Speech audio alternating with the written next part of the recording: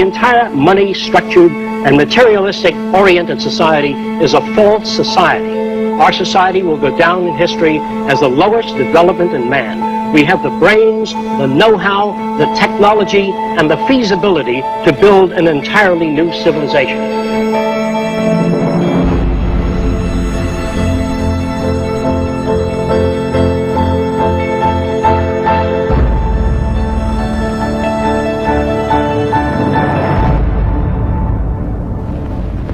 It was living through the 1929 Great Depression that helped shape my social conscience. During this time, I realized the Earth was still the same place. Manufacturing plants were still intact, and resources were still there, but people didn't have the money to buy the products.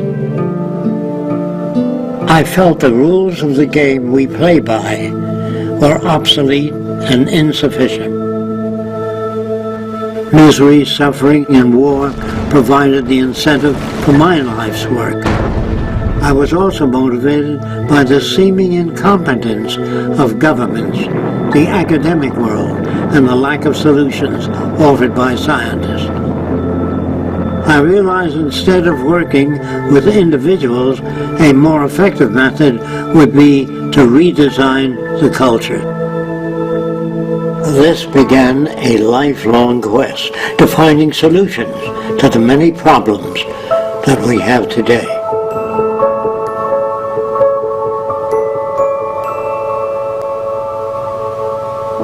This presentation is a feasible plan for social change that works toward a peaceful and sustainable global civilization where human beings, technology, and nature coexist. It outlines an alternative to strive for, where human rights are not only paper proclamations, but a way of life.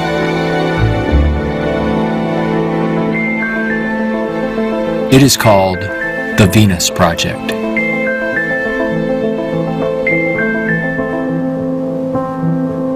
Its founder, Jacques Fresco, calls for a straightforward redesign of the culture in which war, poverty, hunger, debt, and unnecessary human suffering are viewed not only as avoidable, but totally unacceptable. It is becoming increasingly obvious that anything less will simply result in a continuation of the same problems we face today.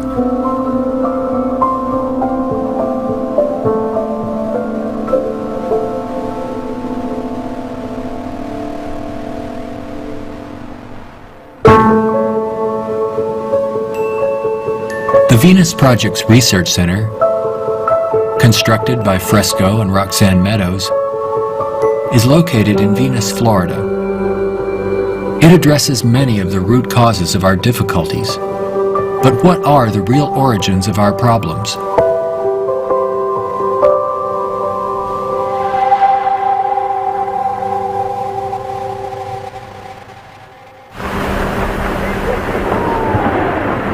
At present, we are left with very few alternatives, since we're on a collision course of our own making. Answers from yesterday are no longer relevant. Considering the damage already done to the environment, we are rapidly approaching a point of no return, where nature will dictate the course.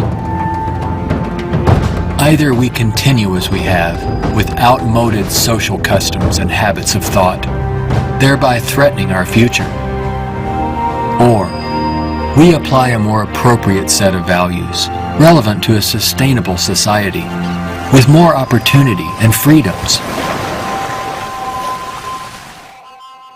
Americans have been conditioned in their kind of society to get a different kind of car next year, to buy a new television set or a tape recorder. We are radical as hell, but our political and social institutions have not changed. And this is where we are stagnating, because we always equate any new idea with communism or regimentation, because we've been brought up to fear that which is new.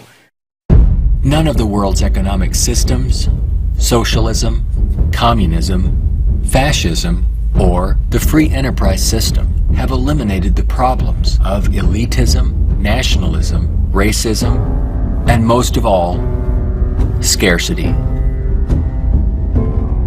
These are all based primarily on economic disparity. When money is used to regulate and distribute resources for profit, and people and nations are out for themselves, they will seek advantage at any cost.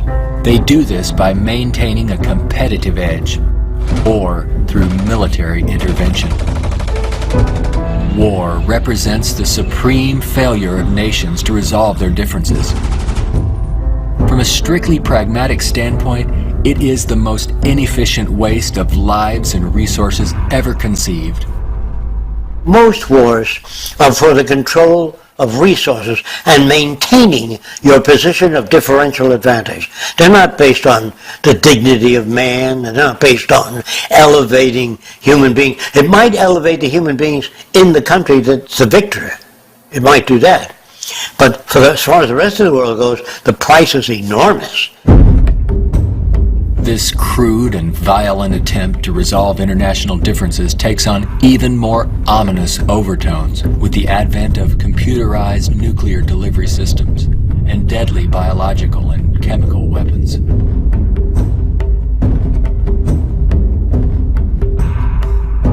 Yet it is a windfall money-making opportunity for those who profit by the military-industrial complex. If the profit were taken out of wars, do you really believe we would have them? If they draft you into the army to serve this country, you put up your life for this country, they should draft all the war industries. Every cannon maker, machine gun maker, automobiles, jeeps, warships, all drafted, so that on the same basis of pay as the army. Then it's real. But if you make millions selling warships, machine guns to the army, then it's corrupt. I would, if I had my way, if we had millions of men in the army, I'd send them to school to become problem solvers, how to get along with other nations. That's what we have to do, not kill. When soldiers are just killing machines, they're trained to kill. I would train them to be able to go to Mexico and bridge the difference, and go to the Arab world, see if they can bridge the difference. So bring them all together, all the nations. War is not the only form of violence imposed upon people. There is also hunger, poverty, homelessness, and unemployment. The acceptance of these conditions as expressive of human nature is a myth used to keep things as they are.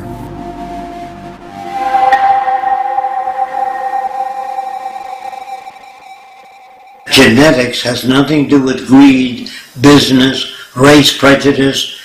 All of the operant systems in any society are part of your education, the books you read, the role models you follow, and the people you admire. The genes have nothing to do except with the color of your eyes, the shape of your nose, perhaps inherited features.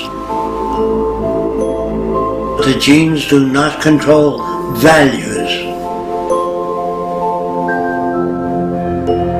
And even if you're born with a much better brain than another person, meaning better receptors, the quality of the tissue is better, I would say that if you have a better brain and you live in a fascist country, you become a fascist faster. The brain has no mechanism of discrimination. The brain can't tell you what is relevant or less relevant except experience. We are not born with greed, envy, hatred, or bigotry. Our behavior and values are reflective of the culture we are exposed to. If you were raised by the headhunters of the Amazon, you'd be a headhunter. And if I said to you, doesn't it bother you to have 5 shrunken heads? You say, yes, my brother has 20. So, is he nuts? No, that's normal to his culture. social and environmental problems will remain insurmountable as long as few nations control most of the Earth's resources, and the bottom line is profit over the well-being of people. Putting profit first results in unnecessary suffering and aberrant behavior prevalent today.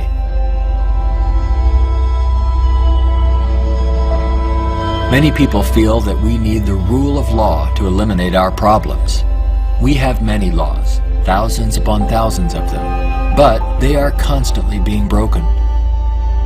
Paper proclamations and treaties do not alter the facts of scarcity, deprivation, and insecurity. You can predict the shape of the future and the values if you know the trends of events in the ocean pollution, the scarcity of arable land. If you watch that degrading system grow, I can predict the riots and killing and assassination. In other words, human behavior is really generated by the surrounding environment. If there's a scarcity, say, of water, it is prized, and its price is high. Let's discuss scarcity as a system. Suppose it rained gold for about 3 days, gold dust. People would go out and shovel it in, fill the cellars, the attic, every drawer in that. They throw out their clothing. If the rain kept up for a year, so the gold was all over the place, people would sweep it out of the house, take their rings off, throw them away, and so human behavior, and it goes, change to that condition. There's only a policeman in front of something that people have need for and don't have access to. So you put a guard there. But if lemon trees or orange trees and apple trees grew all over the place, you couldn't sell it. If you landed on an island that was so abundant with resources, you had 10 people, there were 1,000 fish for every person if you wanted it. There were 10 times the amount of bread, fruit, and bananas. Money would not come into existence. Private property would not come into existence. If the island was big enough, there were 10 people, there were 8,000 acres. No one would give a damn about staking out this particular area. There are patterns of behavior that promote survival. There are social conditions that change our values and outlook. No one can write a constitution of required behavior without consulting the environment. So we better take care of the environment, we better take care of one another, and we better educate people to the highest possible levels of our ability in order to have a society. Even a peace treaty cannot prevent another war if the underlying causes are not dealt with. Maybe what is needed are ethical people in government who will work towards everyone's well-being. But even if the most ethical people were elected to high positions and we ran out of resources, there would still be lying, cheating, stealing, and corruption. It's not ethical people that are needed, but rather a way of intelligently managing the Earth's resources for everyone's well-being.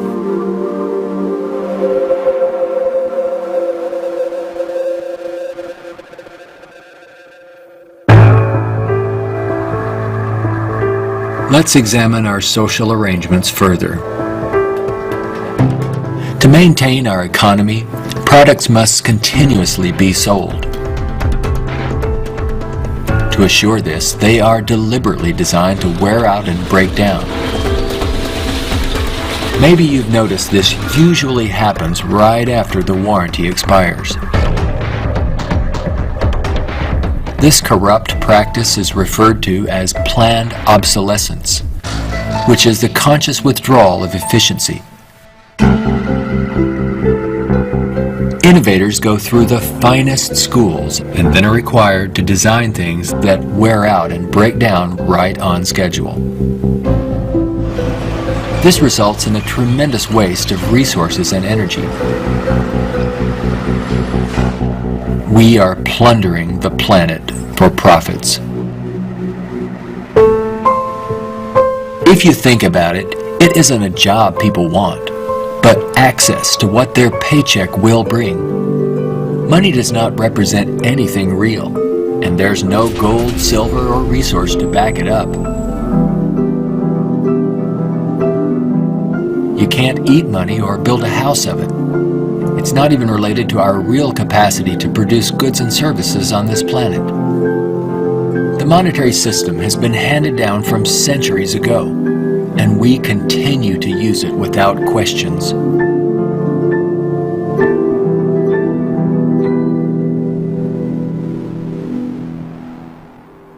This system will keep installing more and more automation, cutting down on the purchasing power of the majority of people.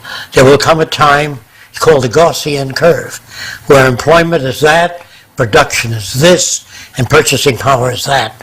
The system stops. Banks fail, nothing works anymore. We're moving in that direction very rapidly.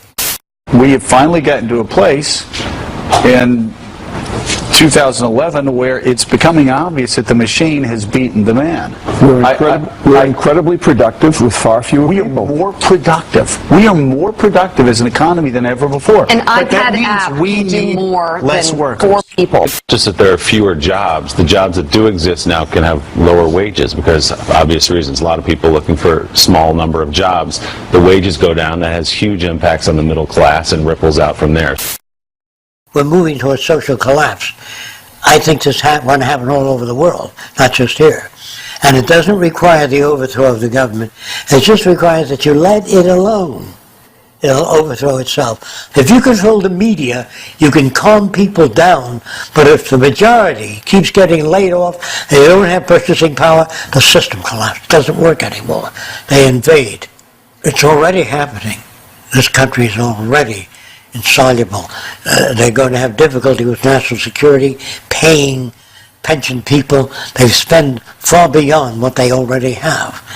Now all they can do now is create debt, borrow more and more money from banks. We also want to show you a rather grim sign of our times. It's not far from here in Midtown Manhattan. The national debt has grown too large for the national debt clock. It went up back in 1989 when the nation's debt was less than $3 trillion. The debt has been piling up so fast lately they had to drop the dollar sign to make room for an extra digit as the number turned over to more than $10 trillion now and counting every second. A whole new clock with 2 extra spaces will go up next year. The federal government is not allowed to print money. It's not allowed to lend money or get in the banking business. That is a privilege for bankers only. So what the government has to do if they want to build an air force, say, of 2,000 planes a month, they have to borrow money from a private lending institution, sign the dotted line, and if the war is lost or failed, the burden falls on the public to pay off that debt.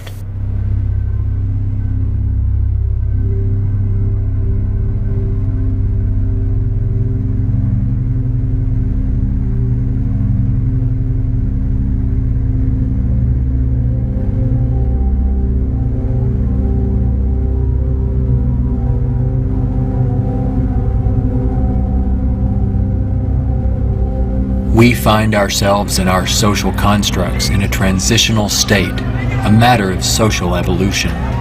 If we want to make it through these turbulent times, we must be able to adapt to change. All things change, including our social systems. Albert Einstein stated, "We cannot solve problems by using the same kind of thinking we used when we created them."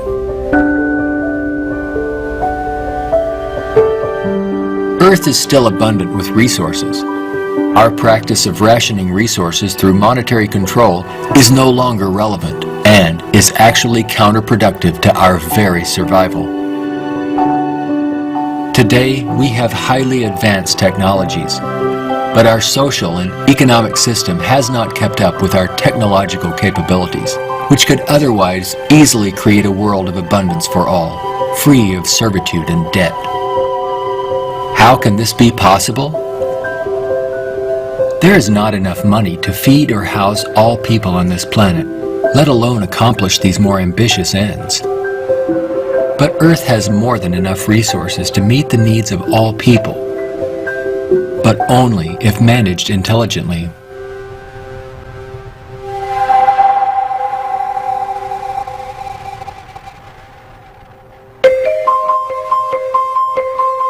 Jacques Fresco envisions a solution that he calls a resource-based economy. It is a socio-economic system in which all goods and services are available to everyone without the use of money, barter, credit, debt, or servitude of any kind. It is unlike any social system that has gone before. Fresco arrived at this direction through 75 years of study and experimental research.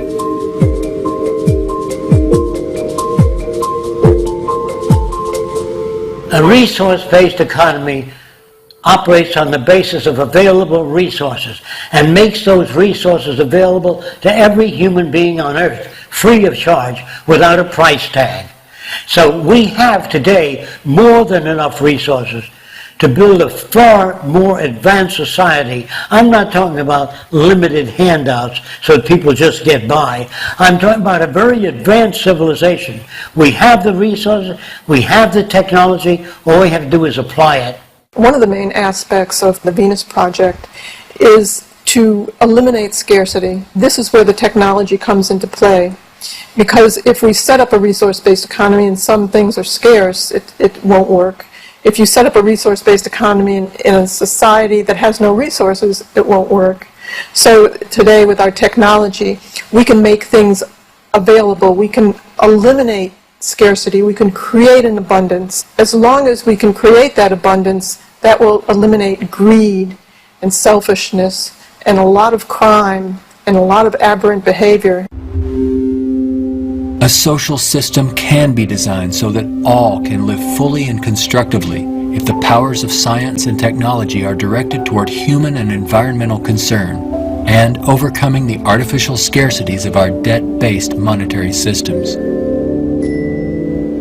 All people, regardless of political philosophy, social customs, or religious differences, ultimately depend upon the same resources: clean air and water, arable land, medical care, and a relevant education. I think if you pledge allegiance to the earth and everyone on it, that'd be the way to go for the future. The human species is a single family, and the world is home to everyone. Neither nations nor people can coexist separately any longer. No more separate nations. So anyone can go anywhere. Before the states joined together, they used to stake out their territory. They used to fight. They had militias. They would fight. This is our territory. Oh no, you're intruding. When all the states joined together, the government worked out the lines of the states and they agreed, and that was the end of territorial disputes. If you want the end of war, you must declare the earth common heritage.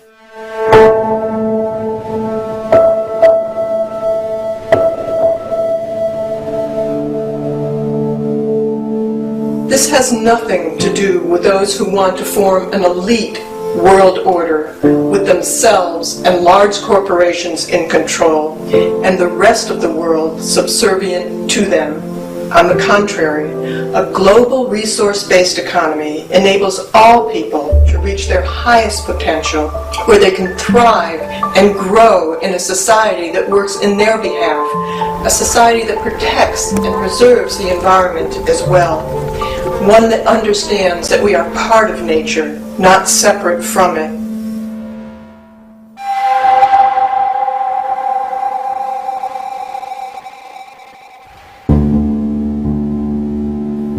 Some question what would happen to incentive if needs were met without our having to work to attain them. The question assumes humans have no desires beyond basic needs. If that were true, there would be no inventors, writers, or teachers. People work with passion on the things that interest and challenge them. Let's enable all people to have the opportunity to partake in the greatest challenge one can have, improving our world for everyone. Individuality will be emphasized rather than uniformity. This social arrangement will generate a new incentive system that values the protection of the environment and social concern, rather than the shallow, self-centered goals of wealth, property, and power. It does not call for uniformity. It absolutely calls for diversity. The more diverse people are, the more individuality. So we emphasize individuality, creativity, innovativeness. This is the essentials of the design. It is not a group of scientists telling people what to do, how to live, where to go, what to follow. Motivation and incentive exist when people have meaningful tasks.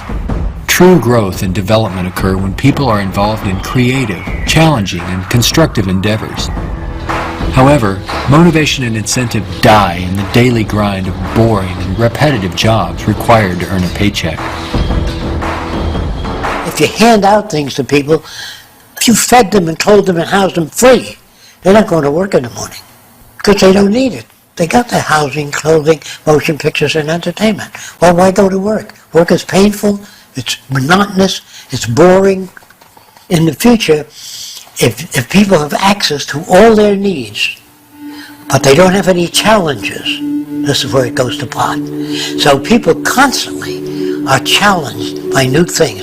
In our schools, we challenge them with many things that are unsolved and many unresolved problems. If you're well fed and well clothed, that doesn't stop your brain from working. That would mean that every millionaire does nothing and is turned off because he got all the means. That's not true. There are many millionaires that work 18 hours a day and don't have enough time. It has to do with your background and your education.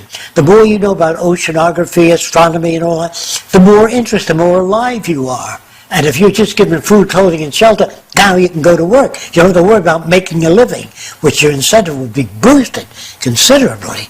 So I call that a new and innovative incentive system. It's not monetary oriented.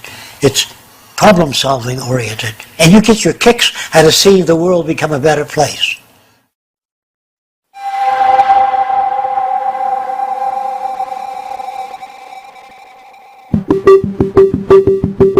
How can we use our technology wisely so that there is more than enough for everyone? To achieve this, it's mandatory that the planning for it be based on the carrying capacity of the planet's resources. Our entire infrastructure must be redesigned and operated as coherent, integrated total systems. This means we must consider our entire global community as one unit that includes everyone, and plan accordingly. Only in this way can we use our technology to overcome resource shortages, provide universal abundance, and protect the environment.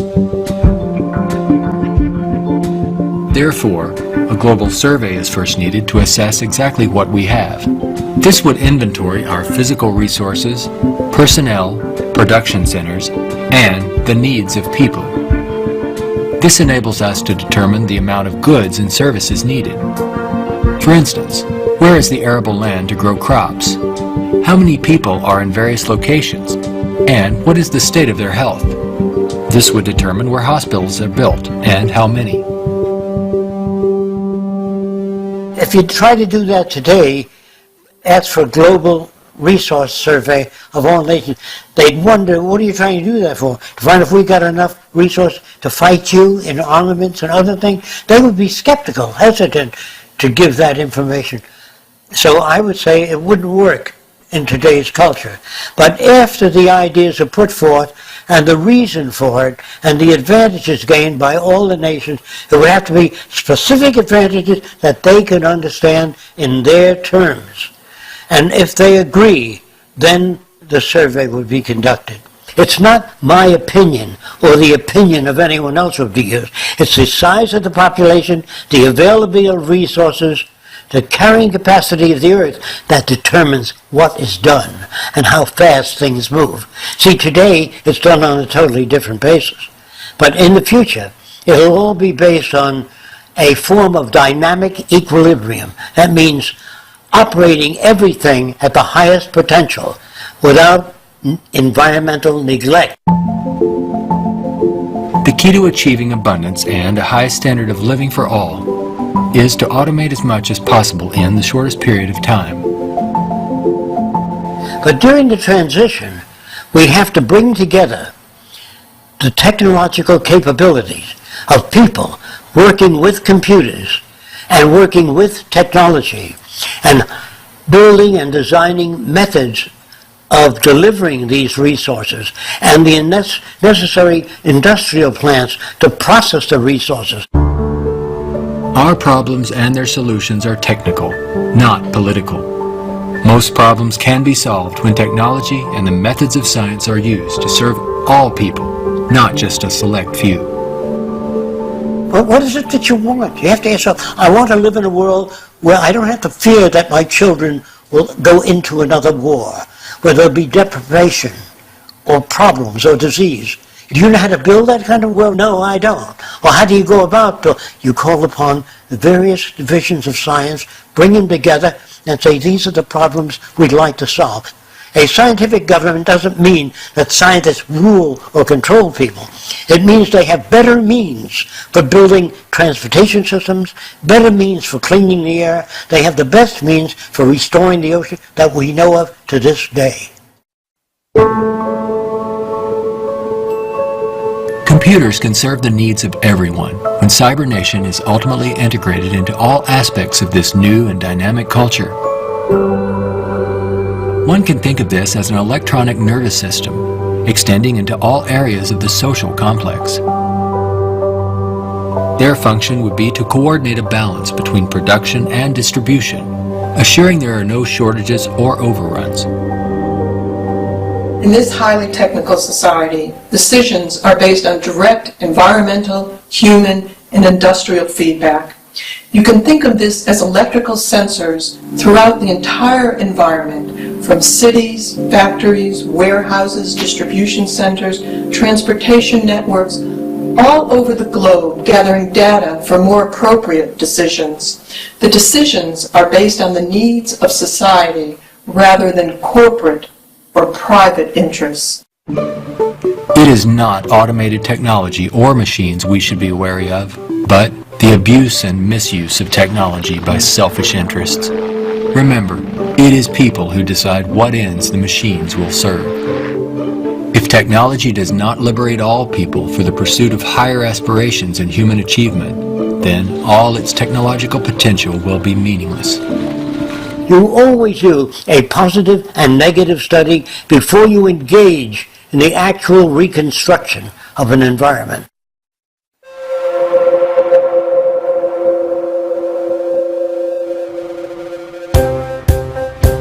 It's all just talk unless there is a technical plan to organize and use resources to accomplish abundance. What follows are some of the many approaches the Venus Project provides for the entire social spectrum.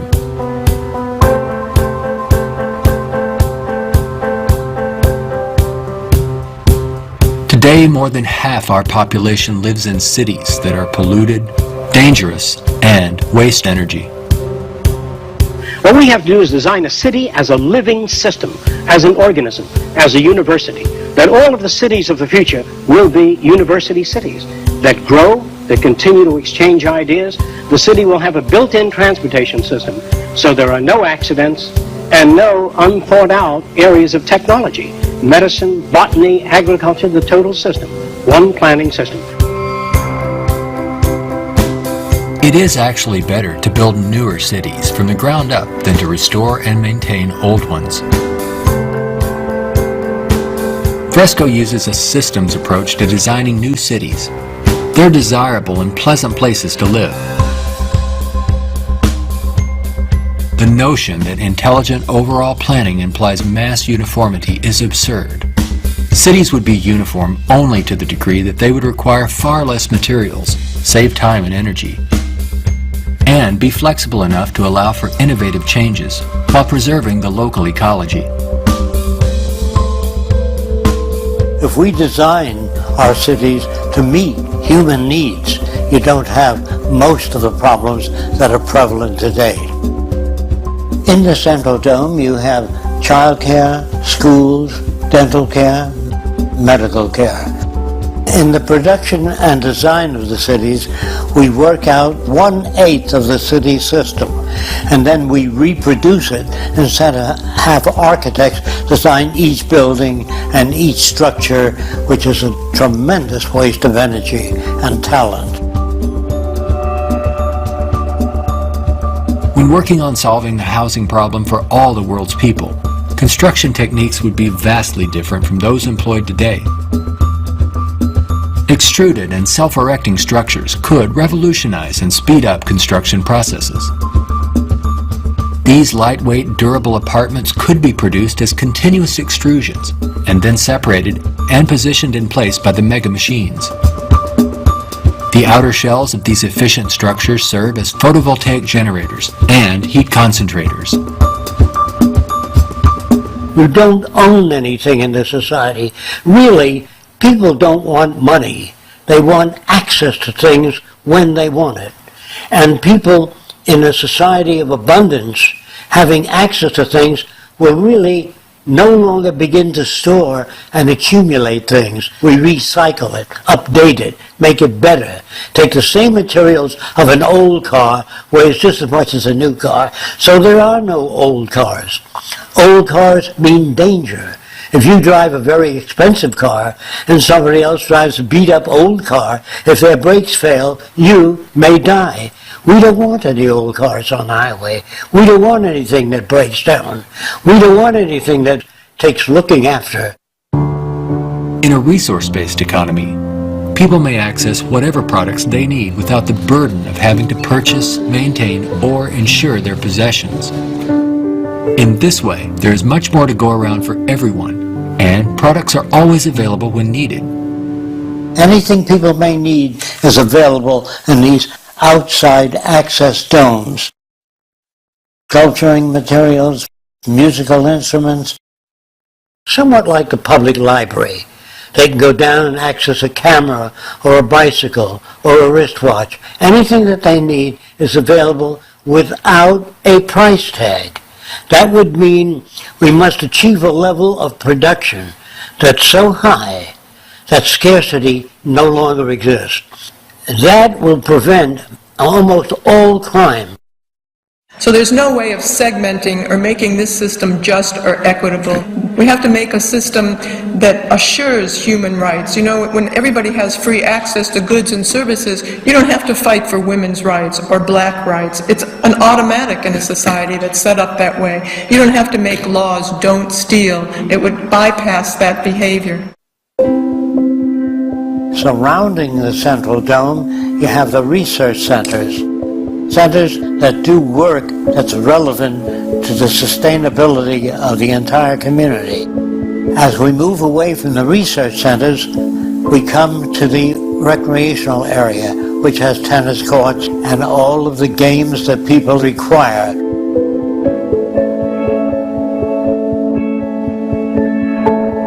As we move away from that, we come to the residential district. There are streams, waterfalls, lakes throughout the area.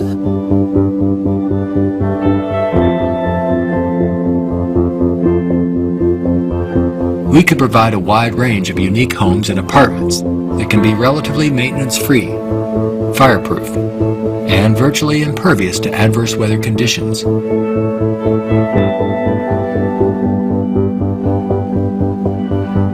As we move to the next sector, we come to apartments. The reason some people want to live in apartments is because you have drama groups, you have gymnasiums, medical care, dental care, everything is built in to the central towers. I feel that in the future, people will move away from individual houses and live in larger complexes. As we move out, we come to the indoor agriculture or hydroponic farms. Then there's also outdoor agriculture. The city would use the best of clean technology in harmony with nature, such as wind, solar, geothermal, heat concentrators, piezoelectric, wave, temperature differentials, ocean thermal vents, and much more. A major development for generating energy in the future could be the construction of a land bridge or tunnel across the Bering Strait. These underwater structures convert a portion of the ocean currents through turbines to generate clean sources of power. By By using these sources of energy, we could power the Earth on clean energy and enable all people to enjoy a very high standard of living for thousands of years to come. There is no need for the use of polluting hydrocarbons any longer. Pollution will be a thing of the past. All transportation will be integrated into a worldwide transportation system. Transportation within cities will be by transveyors. City-to-city travel will be by monorail.